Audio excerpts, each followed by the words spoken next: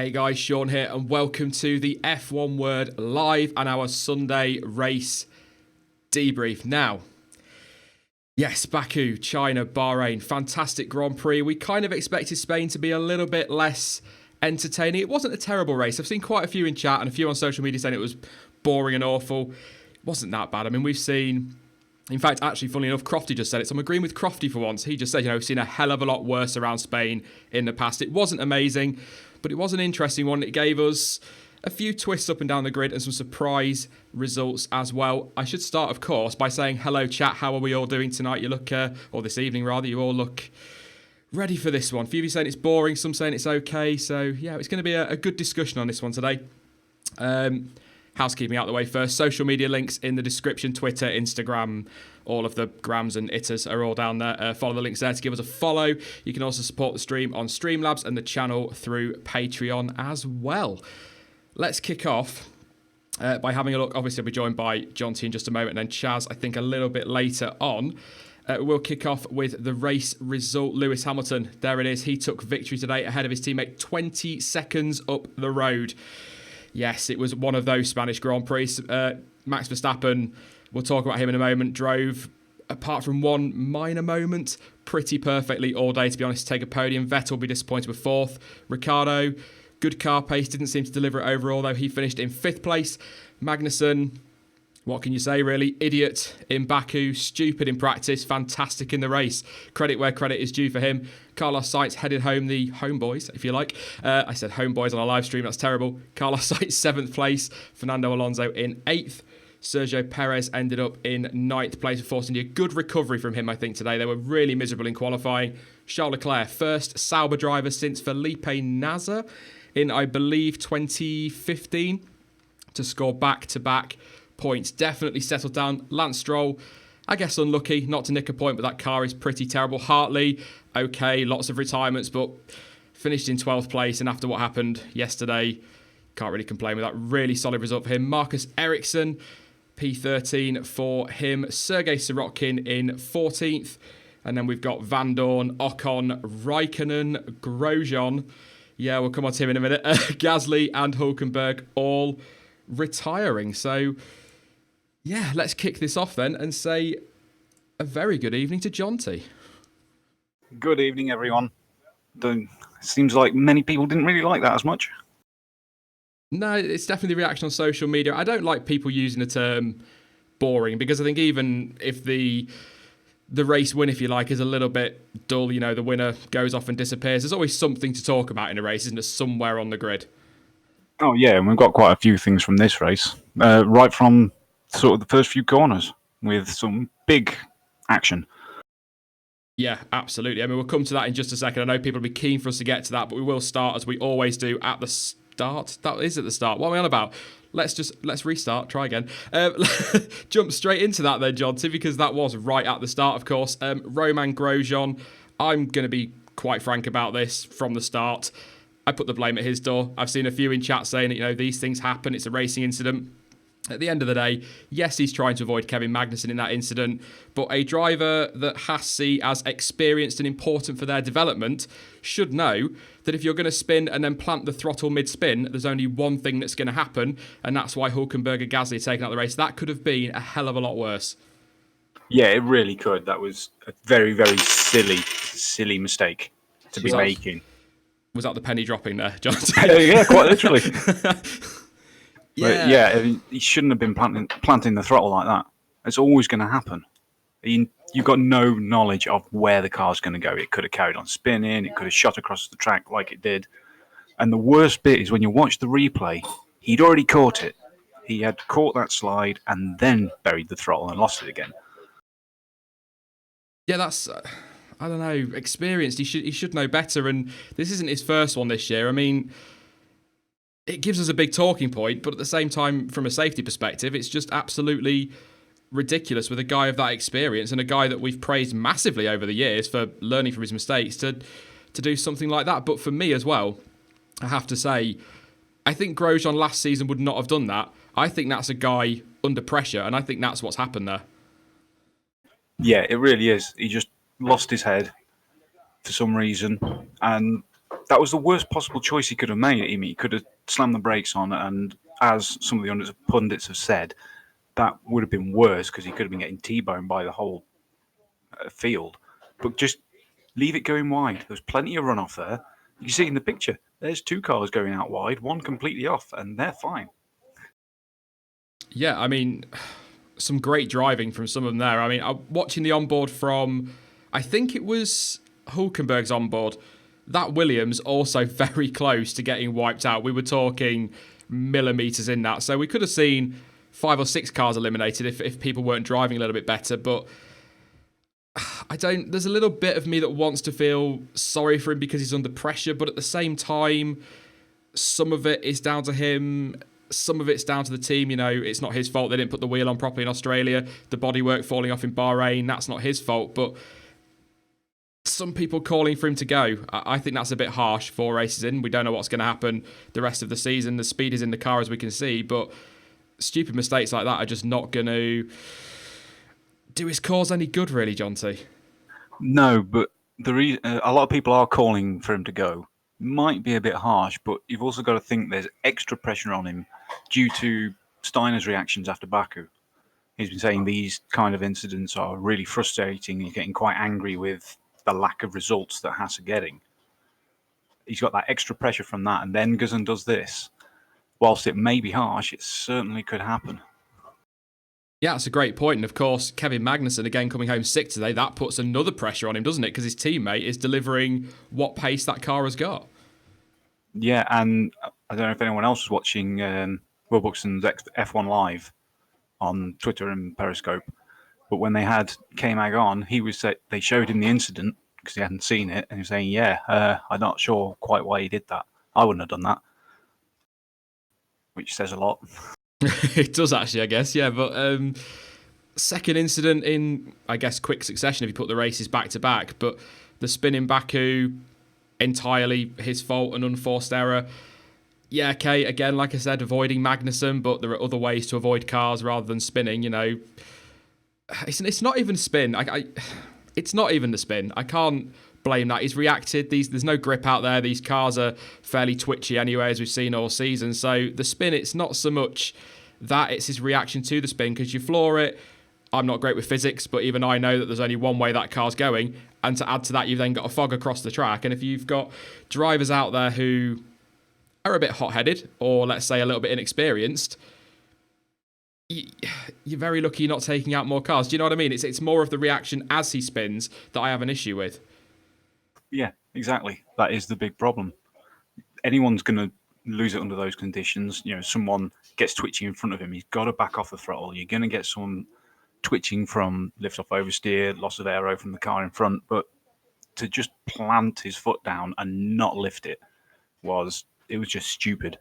And I would be very surprised if he didn't get a serious amount of points on his license or just a straight race ban for it, given what we've seen from the stewards in the FIA recently. I'll have my say on that in just a sec, mate. Just 3 contributions to say thank you very much for. Thank you very much to Alfonso, to STSN Jacobs, and of course, Vlogging at Charlie for your contributions. Muchly appreciated. If you fancy donating, feel free. It's entirely up to you. No pressure. All the links are in the description. No pressure as he says it for a second time, Jonty. But anyway, yeah, I don't know about a race ban. I kind of... It's one of those, I don't know, it depends how the FIA look at it. It's one of those where it could have been a lot worse, so he's probably not going to get in too much trouble for it. Probably a penalty for the next race, maximum.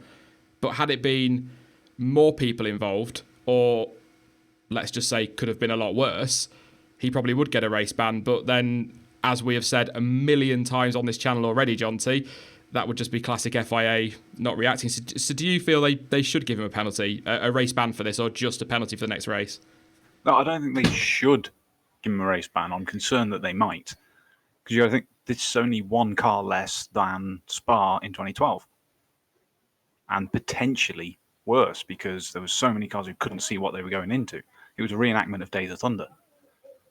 So it's a bit touch and go. I think he'll definitely get a grid penalty for the next race. And as to anything more, it remains to be seen. It would be harsh, but I wouldn't be surprised if it happened. Yeah. we'll keep across that. Obviously, I've got Twitter open, so we'll keep an eye and see if we get any news. If you guys spot it in the chat, then let us know, or let one of the mods know, and they'll let me know. So we'll try and keep across that. There might not be a decision today. It can be something they can do tomorrow if they want to, can't they? I mean, look how late we had decisions after Baku, so it could be anything. But yeah, I tend to agree. I think you're right, a race ban is harsh. I would say there's not really a precedent, is there, for this? Aside from the incident really in 2012, if he only gets 3 places, I'll be surprised.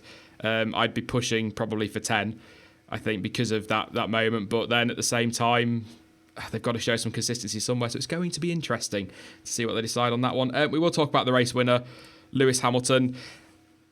Dominant, I think, is the only word for it, John. Too. What else can you say? He started pretty spot on, and that was it. Yeah, this was Lewis of old. It's how he should be. It's what people expect of him. Certainly what we expect of him with that car. He just got a good launch and was gone. We didn't see him again. We barely saw him on screen. I think it's fair to say as well, preparing to get slammed for it, but it's probably the happiest we've seen him since he took pole in Australia as a weekend as a whole. It looks as though, although he wasn't particularly excited with that win in Baku, obviously because of the way he inherited it, he definitely looks a little bit more himself. Yeah, absolutely. He was jovial, genuine smiles, jumping into his mechanics like we always used to see. So it's good to see him back in the mind games a bit, seeming like he really wants it. Yeah, Alex Osborne has made a contribution. Thank you very much, mate. We'll talk about Leclerc in a minute, but he just says Leclerc is performing well. We could have a situation like Kvyat and Verstappen. We'll talk about that one in a bit, mate. We'll just carry on with Hamilton for now. Yeah, I know it's difficult with Hamilton. I'm going to be honest. I don't like to moan too much on these streams. Liar. But, you know, if I say anything positive about him, then I'm going to be called a fanboy. If I say anything negative, then I'm going to be called a hater. But the truth is, there's not really anything negative to say about him today. Pretty dominant drive, perfect all round. A really good drive from him. It's good to see that Mercedes are up there in the fight. I don't think this is representative of the season. A few people saying that you might as well give them the title now. I would imagine they're the same people saying that about Ferrari 4 weeks ago. This is a Mercedes track through and through. It's as long as we have this hybrid era, this is always going to be a Mercedes track. So this was always going to be their best chance of a win, probably all season, to be fair. So I think Canada, for me, is the one where we're really going to know. Obviously, we've got a better idea of the running order now, John T, because of, you know, we know how close, say, Red Bull are to Ferrari, and they can get in the mix in that way. Better idea of the running order in the midfield, even with all the retirements. But for me, Canada is one that should suit just about everybody. Yeah, well, we can hope. Certainly, the Ferraris are going to be back up to a higher pace there. The Red Bulls should do better there on the middle sectors, but those long runs down the back straight, that's always going to suit Mercedes. Yeah, I wouldn't be doing my job, I guess, properly if I didn't ask this question. It's all about reaction and opinion on this channel. So, thoughts, John T, on this talk of a Pirelli conspiracy that's worked in the favour of Mercedes? I knew you were going to ask that. It's a very hard one to call because last year, only one team really had any struggles with the blistering. Many teams had it, but one race was really affected by it. And that was Mercedes. This year we have this new tread just for Spain, as far as I'm aware. And Mercedes have won. Now, anyone with a logical brain would automatically see that as a conspiracy. Yeah. I don't want it to be. It's too cynical. I don't think there's a conspiracy behind it personally. I think it's more. I don't believe that Mercedes haven't had a word with Pirelli, but I also don't think they're the only team. Because if you go back to, I'm sure, back in winter testing, we saw they just suffered with the blistering, but Red Bull did as well. I think there were a couple of other teams in the midfield struggling as well with the blistering. It was only really Ferrari and a few others that didn't. So I don't see it as a conspiracy, but I don't believe that there hasn't been a word. I don't think it was just a Mercedes decision, a Pirelli decision, sorry, getting myself in trouble there, but I don't think it was just their decision. I think there was definitely something going on. But you can kind of understand in Formula One why we get all these conspiracy theorists and all this talk. Let's not forget that, 8 weeks ago, probably more now, I don't know how long ago Australia was, we were all talking, or people were talking about a Ferrari conspiracy because Haas couldn't put their wheels on properly. So it's just Formula One. Yeah, it's the way it always goes. As people have added in the comments, thank you, that it's France and Britain as well. That's still only 3 races. Yeah. So it's, as someone else said, you just don't change the tyres mid-season. No. Westnet, no. Yeah, that's right. Why should they be changing them just for a couple of tracks? No. If the tyres are bad on these tracks, suck it up. You've got to deal with it. Change your strategy. Exactly how I felt about Indianapolis 2005, but we'll not get back into that one. Some more contributions coming through. Thank you very much to, I'm going to call you msteers25. I'm assuming that's how we're going. Thank you very much for your contributions. Cheers to the F1 word to you too, mate. And I think we had another super chat through as well. I think if my thing wants to scroll, I think that's, I've already read that one, so it's fine. It was Alec again. But yeah, this seems like a good point to bring Chaz in. We were just talking about conspiracies there, mate, before we move on.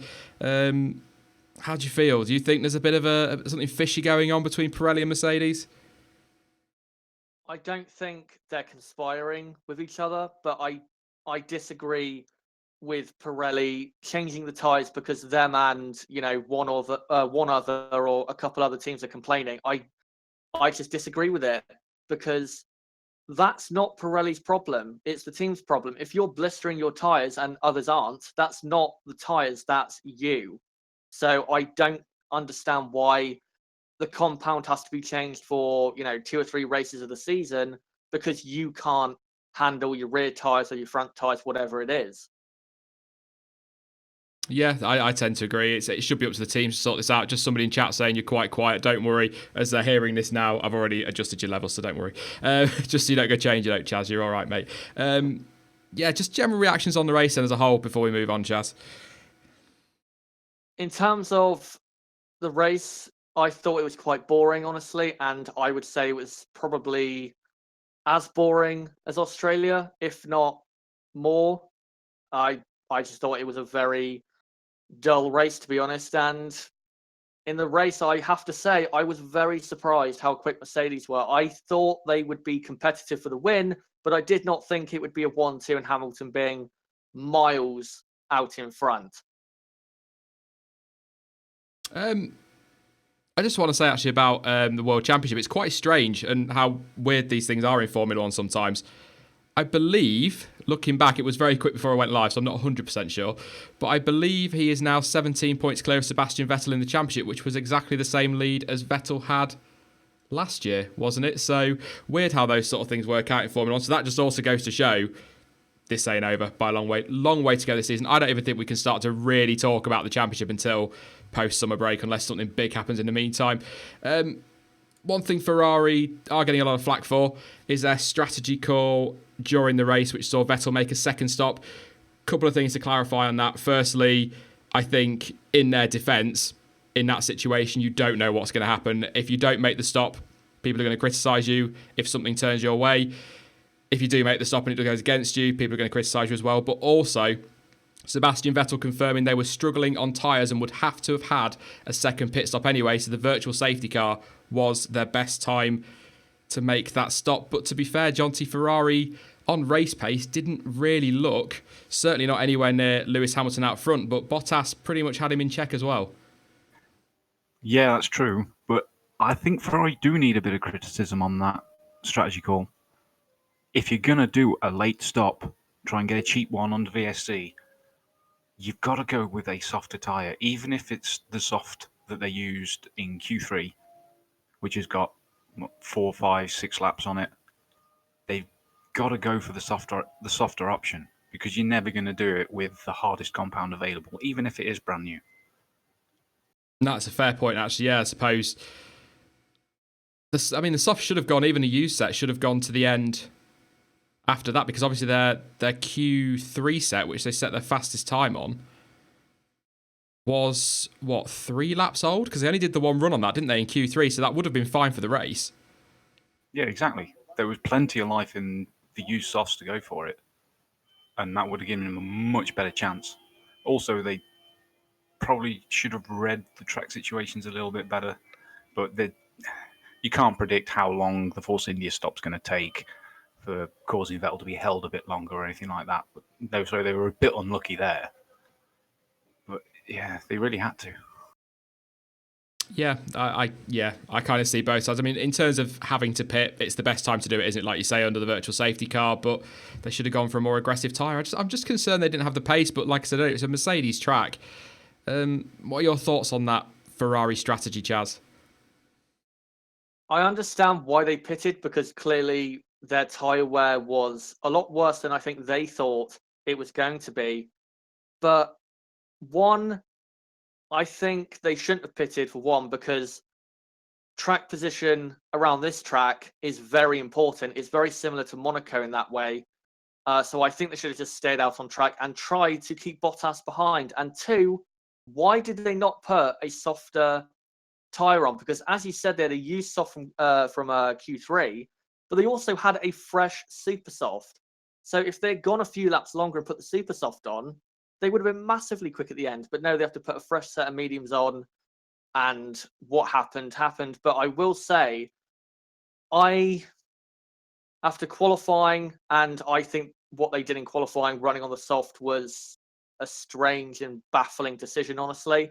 I would have gone on the super softs because I think those would have been better to get pole, and I think he would have got pole if he did that.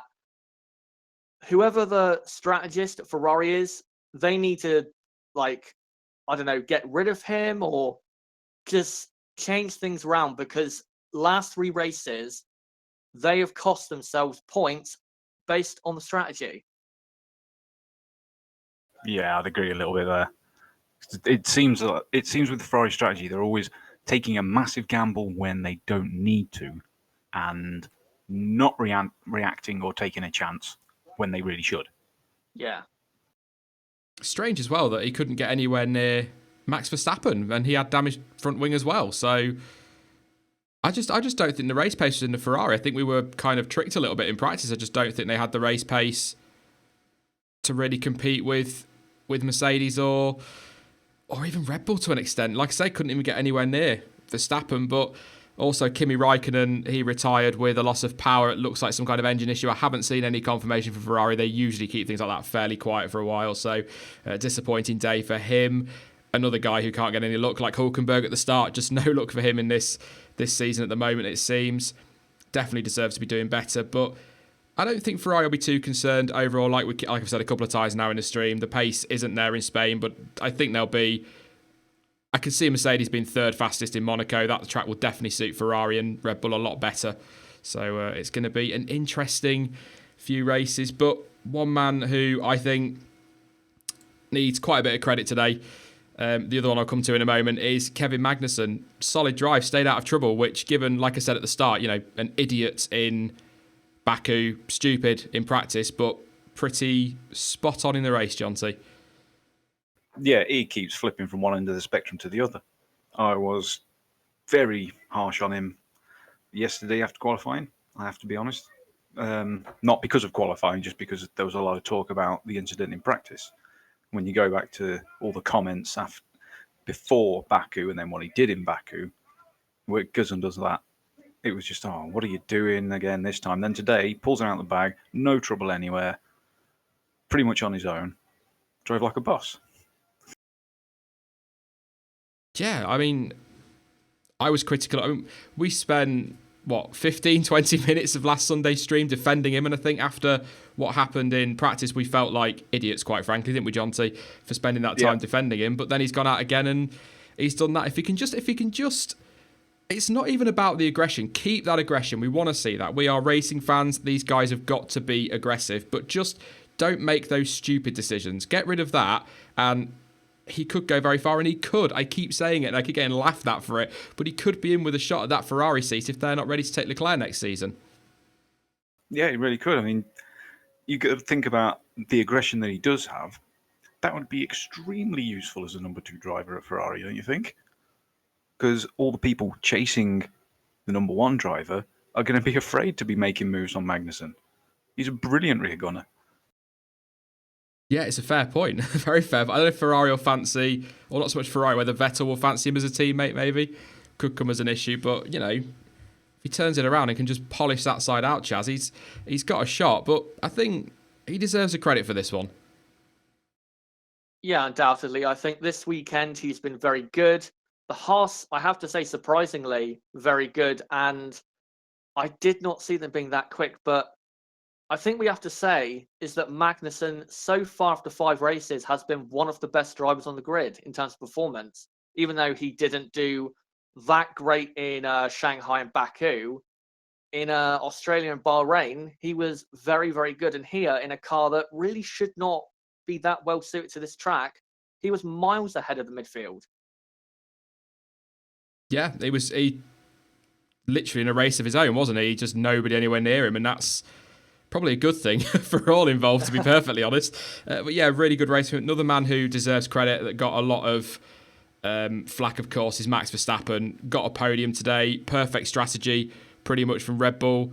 I actually thought Mercedes were going to 2-stop with Bottas, but they decided not to in the end. And, he could have been on for second place if they had. I think, again, he had the incident with Stroll, but to be honest, Chaz, a really good way to not silence the critics, but just shut them up a little bit.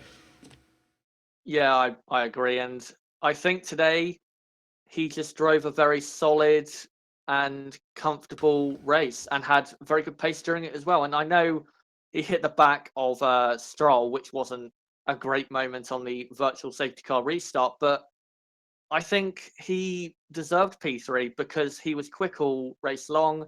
He probably would have finished ahead of Raikkonen if Raikkonen had finished, because Kimi just didn't have any pace today. And I don't think Ferrari, with what they did with their strategy, deserved a podium. So, yeah, very well deserved. And I'm happy for him because I don't want to see him every single race have an incident. Yeah, I can't really. I don't know what else to say about Max Verstappen, to be honest. John, is there anything you want to add? I mean, didn't really do a lot wrong today. No, he didn't. A lot of people are already talking about the incident with Stroll under the VSC. I've watched it so many times now, and it's touch and go as to whose fault it was, but I would put more fault on Stroll. The boards around the side of the track are a fraction later than the messages they get on their steering wheel. And when you watch the video, it was literally less than half a second between Max going and the board at the side of the track changing green. So Stroll was just asleep. Yeah, it's just bad reaction times from Stroll, wasn't it? So, yeah, an odd one, but I don't really think either driver particularly to blame. Yeah, it's a difficult one to talk about this race because it wasn't truly awful, but it wasn't absolutely spectacular. A few standout performances, as I say. I think Leclerc, we have to talk about him again. Picked up the points, P10, first time for Sauber since 2015. I mean, he's definitely settled down, Jonty, and I have to say, and I did message it to you, you know what's coming. I don't think your Leclerc could get 10 points finishes this season looks quite that unrealistic now. It did after the first 3 races, but certainly not now. Yeah, well, that's 2 out of 5, 16 to go. It could happen. Yeah. You know what to do, get on the bookies. I might do.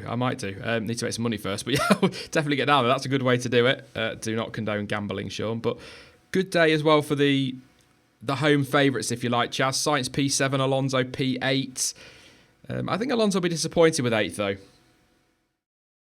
Yeah, I think he will because he didn't have a good start, and I don't know what was wrong with him. He was just suffering with poor grip. But yeah, I think he could have got P7 because I think he probably had the same or probably more pace than what Sainz had, but he got stuck behind the Sauber for a very long time, and he couldn't really go any further than 8th after he got past Leclerc. But I will say on McLaren, and I don't know what people in the chat and you guys think, I think the B-Spec has worked in terms of improving their performance, but ultimately, I don't really think it has because they're not at the front of the midfield and they're nowhere near the top 3. I kind of felt after practice that there was an improvement there.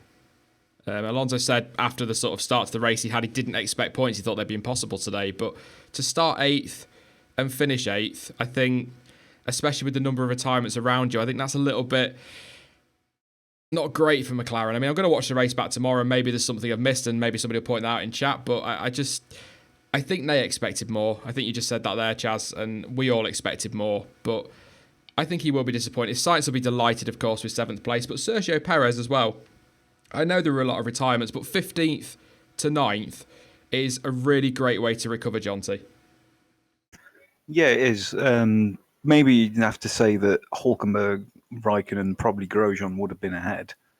Because one thing I was going to mention before you brought me in was the only team that seems to have really struggled from all the upgrades that have been brought to Spain was Force India. So as everyone's made those steps forward, they've stayed roughly where they are, but Force India just took big steps backwards. So he's done well to get it that far. Yeah, I agree with that. I think I expected more from Force India this weekend as well with the updates they've got, but I think 9th, just behind Alonso, I don't think that's too bad. Just looking there at the number of cars lapped, and it's a little bit like, wow, maybe the race was a bit dull, but I don't know. It's an odd one. Ricciardo had a spin, of course, under the virtual safety car, a little bit embarrassing for him. I think that was shown after the race. Didn't really get caught on the world feed, did it? I think it was Sky Sports afterwards that showed it. I didn't see it anyway. No, I didn't see it. You know about Ricciardo's spin? Sorry, Yeah. I missed. No, I haven't seen it at all yet. Have you seen it yet, Chaz? No, I don't think I have. I thought someone had a problem because if you watch it back, there was a yellow flag in sector 2 when it was when the virtual safety car was released. So I had a premonition of someone's had a moment. Yeah, I've not seen it yet. I will go out and look for it, obviously, before the review tomorrow, but Christian Horner confirmed it, which it kind of explains why he was so far back, but he was delivering the lap times. I think he's got the lap record as well now, so he's definitely had the pace in that car today. He just couldn't do it over the whole of the race. We've got to talk about Williams without getting too harsh on them. It's just, okay, Stroll 11th and Sirotkin 14th, but just nowhere again, Chaz. It is really worrying. Some people saying this is the beginning of the end. I didn't really think that negatively, but I am starting to wonder because there's not really any positive sounds coming out of that team at all at the moment. With Williams this weekend, I thought they'd be bad, but not this bad. Their car this weekend was an absolute atrocity. It was so poor. Every corner, it looks like he was trying to spin or have a massive crash. Everyone saw what Kubica said about the car after he drove it, saying it was embarrassing. That quote is embarrassing for Williams, and I'm afraid to say the end is nigh for Williams because it's not going to get better. It's not going to get better. The next track is their worst track, Monaco. It's going to be twice as bad at Monaco. And at this point, I would say that they should give up on this car and just go all in on 2019. Because what is the point in developing this car? It's so bad, there is no point in doing so. Yeah, it sounds pretty fair, to be honest. Just looking through the lap times, just to show how bad that Williams is. Sirotkin set his fastest lap on lap 57, so hardly any fuel left, after he changed to the super softs, and it was 4.2 seconds slower than Ricciardo's fastest lap. 4.2. Wow. And Stroll's was 3.6. That's even worse than I realised. Sorry, that's actually taking me a bit of surprise there. That's huge. That is, yeah. I've kind of been quite defensive of Lance Stroll this season because I think he's not actually been that bad. I know that's going to surprise a few people. The car is awful. And he got the points in Baku. Yes, he got lucky. Yes, he nearly picked up points today, again, with a little bit of luck involved. But people were saying to me pre-season, Sirotkin's going to smash Stroll. He's going to absolutely destroy him. Boots on the other foot. I know they've got a terrible car, and often that boot is 13th and 14th, but he's beating him quite comprehensively on pace, in the points, and in races as well. Yeah, it's just abysmal. I mean, there aren't enough superlatives for bad that we can throw at this car. The drivers aren't helping matters. They're not the worst. They can't be because of where they're getting to this point. But there are so many other drivers who could be at least dragging it to better positions than it is. Yeah, it's a fair point, and I suppose as well, Chaz, if you've got an experienced driver in there as well, they're going to help you to develop that car. But at the same time, this car doesn't look like there's much development to do on it, to be honest. Yeah, as I said, I don't think this 2018 car should be developed anymore because it's not going to get better. And even if they put Kubica in for a few races, I think it'll slightly help matters. But yeah, it's just not going to improve. And can we also mention that, and I know it's practice and I know Stroll went into the gravel, but Robert Kubica was over a second faster than Lance Stroll in practice one. Oh yeah, I mean, we did, like you say, it's practice. We don't know what programs they're running. Stroll could have had more fuel. Obviously, he had the gravel incident as well. But I don't think, and I agree, not often to say this, with Claire Williams, that you could put Lewis Hamilton in that car, and yeah, you might get the odd 10th place, but I don't think he'd be able to do much with it. Yeah, I agree, but if you've got a bad car, you need the drivers who can work around that, like a Robert Kubica or even like a Felipe Massa. I know they're not going to get him back, but at least he could work with a bad car. These two are young, inexperienced, and they don't really have that experience to call upon for them to deal with what is a horrible car. Racing in chat just saying Kubica was actually half a second slower than Stroll when they both went out, but Kubica ended up 1.3 seconds faster at the end of the session, obviously, after Stroll's incident. So, on paper, absolutely, but yeah, that kind of shows the point. He's learned the car as the session's gone on, figured out where its grip is, where it's good, where it's bad, and used that to get the time out of it. I think the biggest surprise for me with Williams is I thought this, and I know we've kind of turned to a Williams stream all of a sudden, but I really expected to see, as a donation surprised me, I'll read that in a minute, but I really expected a lot more with Paddy Lowe coming on board. Yeah, you kind of have to expect a bit more with such a big name. Because, look, he came into Mercedes in 2013, was it? And a year later, with the rule changes, they're winning titles and unstoppable. And then he came into Williams just before the big rule changes. Well, no, halfway through last year, and nothing's happened. They've got worse. I just have to give a shout out. It's a bit of a surprise, actually. Thank you very much. Massively appreciated to Lewis Bloom, who are you a patron as well, mate? Because to donate that as well and be a patron, I really do appreciate it. That's fantastic. Great contribution. He just said, keep up the great work. Love the shows. Thank you again, mate. That's going to go straight towards Silverstone, so we can get some equipment in to bring you some better footage. So thank you very much for that. That's huge. Biggest one we've ever had. So yeah, let's see if anyone can beat that. But final words on the Spanish Grand Prix before we start taking questions. I think there'll be a few. Overall, John T, are you just looking forward to getting to, probably not Monaco, but maybe Canada now? Oh, we're always looking forward to Canada, but I'm actually looking forward to Monaco because the Red Bulls are closer to the top two than they were at this point last year, and Monaco is going to suit them a bit more. So it could really be a tight scrap. Yeah, I think in Monaco, I think qualifying especially is going to be very, very close because you've also got the McLarens and the Renaults who are going to be in the back end of the top 10, probably closer to whoever is third fastest, say if it's Mercedes.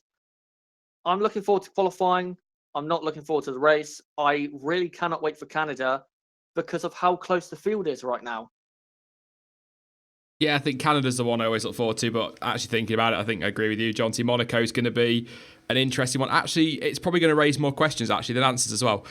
So that's going to be, pretty awesome. Looking forward to it. We're going to pop straight into this. We'll keep talking about the race, but we're going to start taking your questions, interact a bit more with you all. So if you've got a question, pop it in the chat. I will annoy the mods a little bit later on, but driver of the day for you, John T. Lewis Hamilton got it officially. Do you agree with that? I'll be accused of being a fanboy if I say yes, but I do have to agree with it because he just took hold of the race. It was a proper. His getaway was great, and then he just went right. That's mine. See ya, and was just completely untouchable. 20 seconds is a massive gap compared to what we've had so far this year. Yeah, I'd have to agree. Lewis Hamilton was in a class of his own. Let's be honest. I mean, I'm not being a fanboy, but that's the truth. He was unstoppable today. That's the old Lewis Hamilton. Yeah, it's very hard not to give it to him. I'll give mine to NR Marmot. Sorry. I will give mine to... Yeah, I think Hamilton deserves it, but I'm going to give it to K-Mag because I think the criticism that everybody's levelled at him, and I know this is the second Sunday in a row we've defended him, so I guess now I'm a Kevin Magnussen fanboy, Jonty, but I think he deserves a lot of credit. And a shout out to Leclerc as well, but I think the way he just handled pretty much everything in the race, stayed out of trouble, kept himself to himself, deserves it. But yeah, I think the right decision from the fans on Lewis Hamilton, but I think K-Mag deserves a shout out for that as well. So take a couple of questions. Before I upset the mods, just looking for any race ones. Will Ricciardo win in Monaco? Asks Tinashi. Or Tinash. Red Bull should be in with a shot in Monaco, shouldn't they, to be honest, Jonty? That's definitely a track they will do well at. Absolutely. He's certainly going to have a chance of that. And if we get any craziness like we did in Baku, then it's just going to work more to his favour than anyone else's. Yeah, I think maybe Verstappen. Could that be a turning point for his season, Chaz, if he can get that right? If he won in Monaco, it'd be a massive turning point, but I don't think he's going to be the lead Red Bull because it's weird. It's not really a Verstappen track. He hasn't really put in, that incredible, amazing performance. Ricciardo, always at Monaco, is very, very good and gets the best out of the car. Verstappen is, he just doesn't really... I'm sure he likes Monaco, but I don't think he can find, the groove like Ricciardo can. Just saw somebody there talking about Giovinazzi. It's reminded me about a question that I got asked in yesterday's quali report before I disappeared from the comments for reasons we'll not go into. But I did put forward that there was a possibility. I saw that Magnussen might get a race ban this year. It's kind of how I felt after what happened in practice. And with everything that's happened with Grosjean today, kind of brought this back into my mind. But somebody asked, if they do give a Haas driver a race ban, who replaces that driver? So I'm going to put this question forward. For me, a lot of people would say Kvyat because of the Ferrari links, but a lot of people seem to think Giovinazzi would get that seat for one race, if issued a one race ban, not for the whole season. I would go Kvyat because, yes, Giovinazzi is young, but I think he kind of had his chance. And I know it was only 2 races, but in my opinion, honest opinion, he is just an Italian Pasta Maldonado. He is very quick, but is very leery and is very accident prone. And I think Kvyat, if you put him in that car, and he'll probably be rejuvenated if you did that. I think he would probably beat whoever was alongside him. Yeah, as someone's just been saying in the chat, you've got to think they've got 2 development drivers from Formula 2, Argimani and Santino Ferrucci, who probably could be in with a shout, considering they are actually tied into the Haas driver development program. What about Leclerc? I know it sounds a little weird, but would it be... I said I felt it would be harsh if he got promoted for one race and then demoted again, but let's say... This is all hypothetical, of course. I know people will say that it is all just speculation, but let's say they do drop one of the drivers. Leclerc comes in, replaces, Grosjean, and puts that car 5th in a race. That could be his chance to get in that team full time.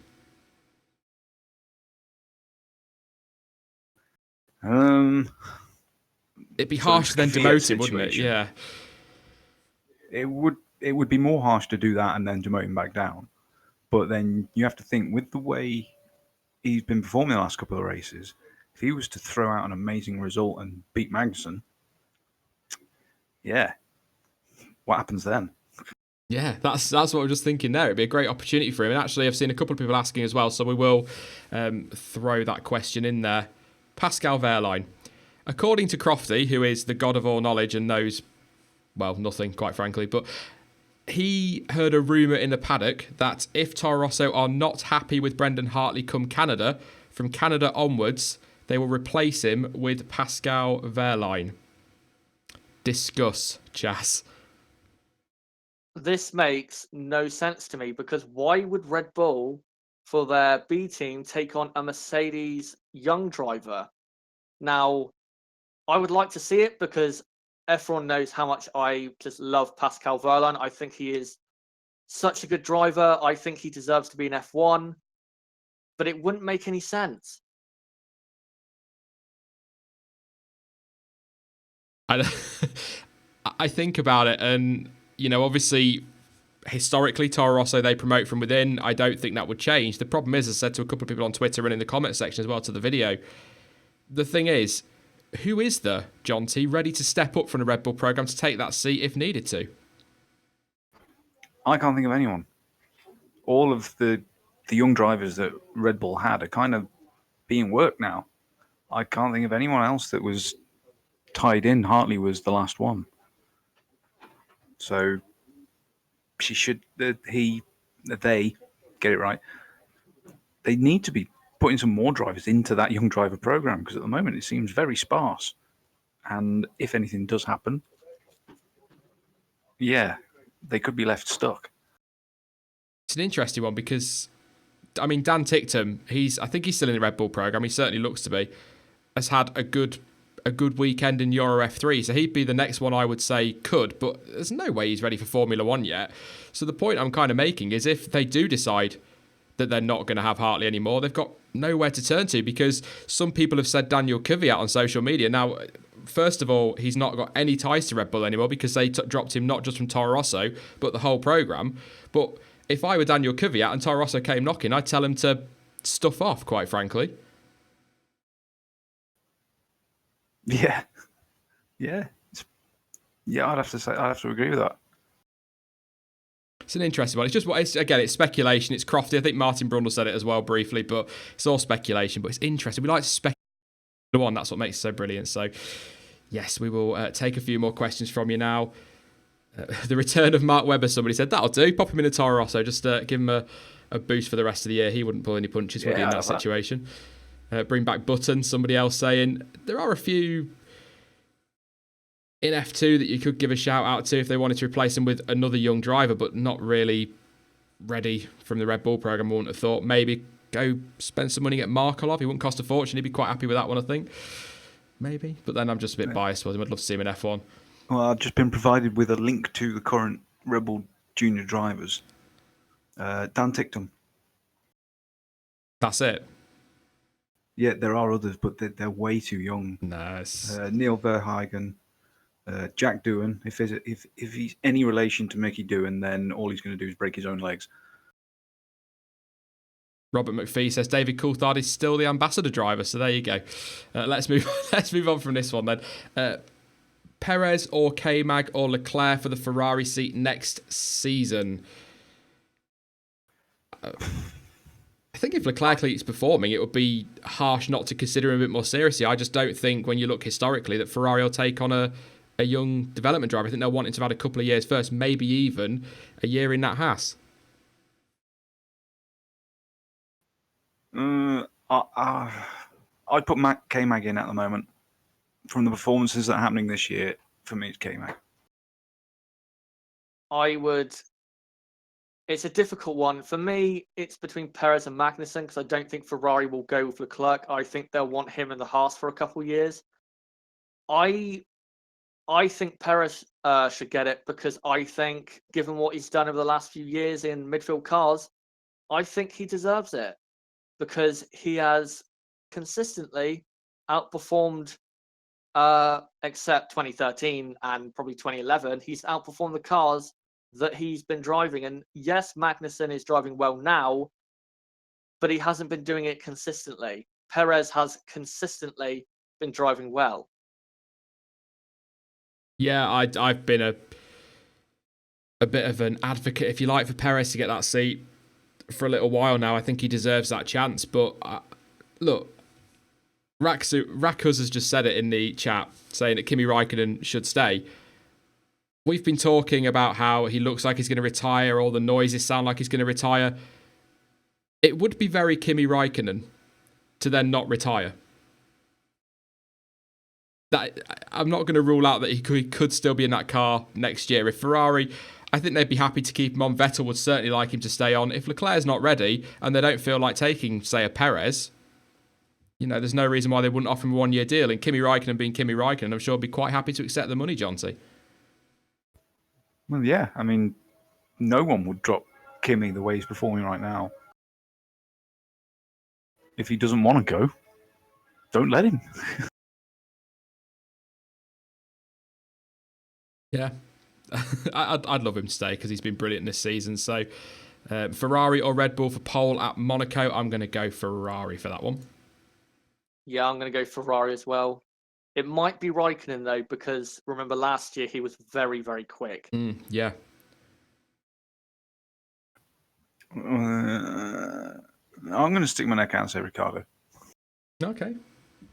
Lewis P, any notable impacts from car upgrades across the teams in your opinion? It's a good question, actually. I would say Mercedes, Red Bull, Haas, probably Sauber are the 4 teams that I think have really noticeably gained from the Barcelona upgrades. Sauber have definitely gained. Yeah. They were up sort of in the low points and genuinely fighting with McLaren and Renault around them, on pure pace. So they've had a great update. Yeah, I think McLaren have improved. I don't think they've improved as much as they thought they were going to. I think that's probably fair to say. But there's definite improvement there in lap time, as we saw in practice. Again, it's only practice, so we don't really know. But I would... Yeah... It's difficult not to say Mercedes upgrades have made a difference because they dominated so much, but I think, again, that is pretty much track specific. But I can't really disagree on that. I think Sauber look much better. They're definitely quicker. Have Haas had many upgrades this weekend? Could that be why they've suddenly got back to where they were Australia pace, or is this just the pace of the car on certain tracks? I think it's very track specific. But quick breaking news, they've had some downgrades. Grosjean handed a 3-position grid drop at Monaco for causing the first lap collision, plus 3 penalty points. Okay. Right, so three places? 3 places. The same as Sirotkin got for tapping the back of Perez? Yeah, who then went on to finish the podium, even though Grosjean took out himself and 2 other cars. Okay. I don't really know what to say to that, to be honest. FIA consistency. Yeah, that's a dangerous precedent. Again, they like doing that, don't they? Contribution from, I'm going to say Gina. Thank you very much for that. Really do appreciate it. Just said, do you think Mercedes is generally faster than Ferrari? I've said a couple of times. I kind of feel like it's track specific. I think this is a Mercedes track. They're always going to go well here. Since 2014, they've dominated. I mean, they've dominated quite a bit anyway, but they dominated in Barcelona. So I don't think they're quicker than Ferrari. I still think Ferrari have got the fastest car, if I'm being completely honest. But, I mean, we'll see. We'll see. Monaco, again, is a very specific track. I think it will be sort of Canada onwards when we really start to see, obviously, Paul, Ricard, however you want to say it. Looking forward to that race. Jonty's got me hyped for that, so I think that's when we're really going to start to see what's going to happen. But obviously, the tyres change again in France, so that'll settle that off again if Mercedes turn up and set the fastest times, Jonty. Probably. Although, I don't know.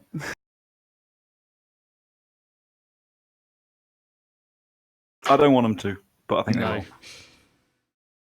It's a three-place grid drop, and is it 2 points as it changed? It's 2 points, yeah. The original tweet got it wrong. But, it's ridiculous for me, that is.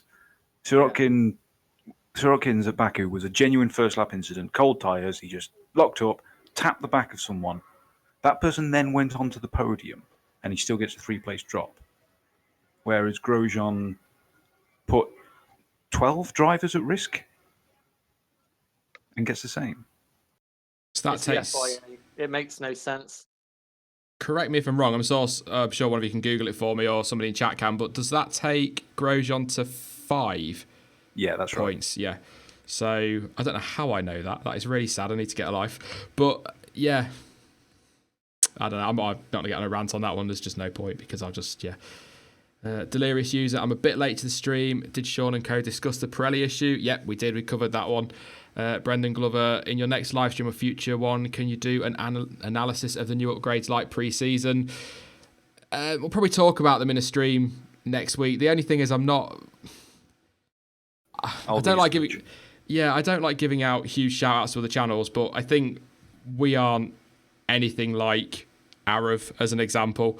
We're nowhere near as good as that with the technical knowledge. So we just kind of look at it like we saw in pre-season. I would look at it and go, that looks different, and compare it to last year. So not great on the technical stuff. I don't ever pretend to be, but we'll have a chat about them, I'm sure, and kind of when we've got a bit more information and had a closer look at the cars. It's all been a bit manic this weekend around Formula One. So yeah. What are the F2 results? It was Aitken this morning, wasn't it? And was it Russell yesterday? Yeah, Russell yesterday. He looks handy. George, a lot more handy than I gave him credit for, actually, George Russell, to be fair. Yeah, I was actually surprised by Aitken's pace this morning. He was really quick. Osama says, I see Leclerc in a Haas next year. I think a lot of people do, to be fair. I think I can see that as a promotion. I wouldn't be surprised, and if Grosjean continues like the way he's going, then it's the obvious choice, isn't it? To put, if Magnussen's still there, put Magnussen and Leclerc, or if Magnussen goes, Leclerc and Grosjean. It's a very easy decision for Ferrari. Yeah, it is. If he keeps going that way, he's just upping his value constantly. I love it when a question comes through that effectively reminds me about something I wanted to talk about in the initial result. Success says, Van Dorn also under pressure. I said after qualifying, we said it and watched it along together briefly as well, didn't we, John T, that Fernando Alonso's got to be worth 2 or 3 tenths of a second. So Van Dorn looked on his pace in qualifying. Yet in the race pre-retirement, he didn't appear to be anywhere near him. He had that incident at the start. Of course, he got the 5-second penalty as well for not returning to the left of the bollard. I worry for him. I don't think he'll get dropped at the end of this season if Alonso retires. If Alonso decides to stay on, I think he's under pressure from Norris. But if Alonso goes, which I expect he will, I think they'll stick with Van Dorn. But he is under pressure. Yeah, a little bit. The race showed a bit of a difference between them. A bit more than qualifying. He's still performing pretty well. Yeah, I have to say as well, kind of felt about Hartley. And I should have said it a minute ago. We have only had 5 races. There's a long way to go this season. We've got to give him a chance, I know it's Van Dorn's second season, but he had a crap car last year. It was never any good for him. So I think we need to give him a bit of time. And I think we're discussing it actually probably yesterday again, Chaz. I think drivers like Hartley and Van Dorn, I don't think McLaren will drop him, but as an example, have got to be given till at least a summer break, haven't they? So people can make a proper assessment of where they are. Yeah, I agree. And with Van Dorn, I don't understand why people are saying he's under pressure, because in qualifying, I thought he was fine. I thought he maximised his performance because, let's be honest, Fernando Alonso is Fernando Alonso.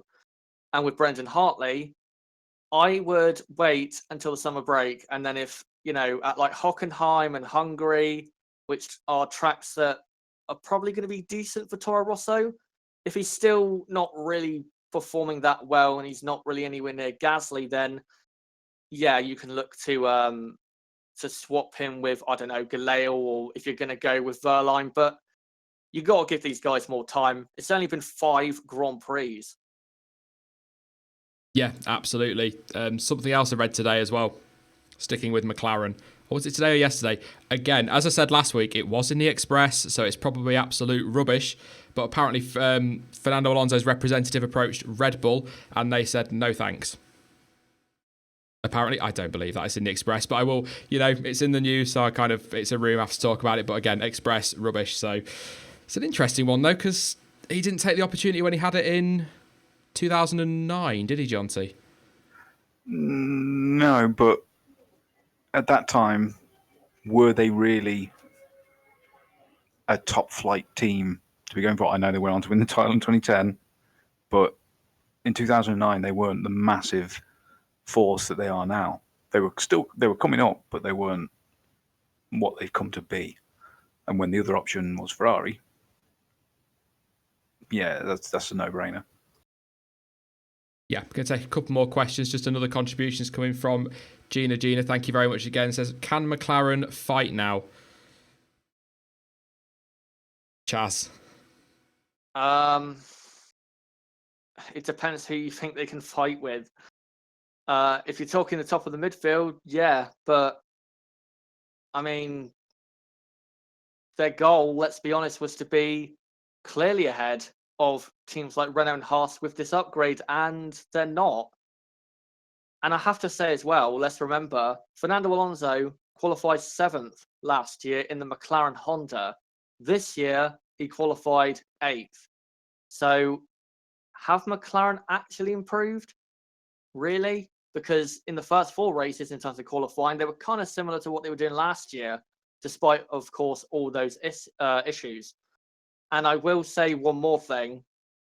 I am never going to believe the McLaren hype again, because I keep getting caught up in it, and I just don't believe it anymore. And at this point, going into every season, McLaren are literally just a hype train. Yeah, but it's a fun hype train. It gets everyone talking, and it always ends up in comedy and lots of silly memes. Yeah. Yeah, I mean, they have improved quite a bit. I think the biggest point that's really killed the hopes this weekend is that Haas have improved so much more. Yeah, they have. Absolutely. A big surprise this weekend. I thought, like a lot of people, they tailed off quite a bit. You know, they've missed their chance after what happened in Australia to pick up the points that they needed. So I'm really pleased to see them. I keep saying it, I love an underdog. I really want to see underdogs do well, and Haas are still that. We're still talking about them with surprise that they're fighting for that top 4 spot. So I like that. I like to see that, and it restores faith in Formula One that maybe we can get one of those surprise underdog victories that we used to get. Panis in Monaco in '96 as an example. You know, we want to see that. You know, Johnny Herbert, Nürburgring '99. Yeah, chaotic races, but still, the chance is there for a surprise. And you know, everything goes their way. A track where they go well. Haas for a win? No, I don't think they're going to improve that much. Not even with full-on chaos, because okay, you got to think that it would have to be all of the top 6 taken out, and then Magnussen and Grosjean have got to fight and beat Alonso, Hulkenberg, Sainz. So it'd be a big ask. We can hope. We can hope for some drama. I'd like to see it happen.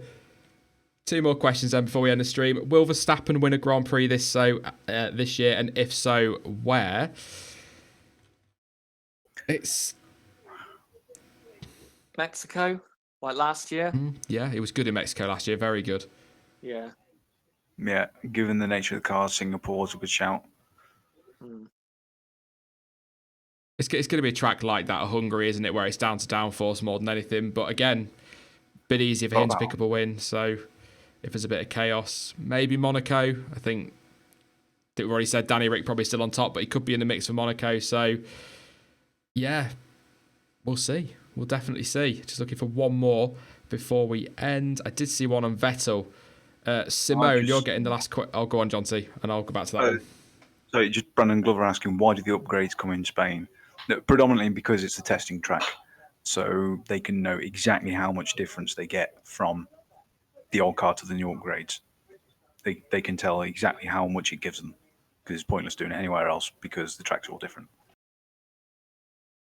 Simone gets the last question of the day. It says, Vettel not the driver Ferrari needs. Now, it's an interesting one, because when you go digging around on social media and you read the comments, which you should never do, it, but when you do, a lot of people are saying this now, that Vettel, despite his good start to the season, isn't the right man for Ferrari anymore, and that relationship's possibly starting to to fall away. Now, my personal opinion is that he is absolutely the right man for Ferrari because, yes, you've got your Verstappens and your Ricardos, but I think they are building a team around him and he's quite happy for them to do that. So I think he is definitely the right man. But looking at last season and the way the championship went and the year before, particularly 2016, where they just weren't there, you can kind of understand that doubt in a way, Jonty.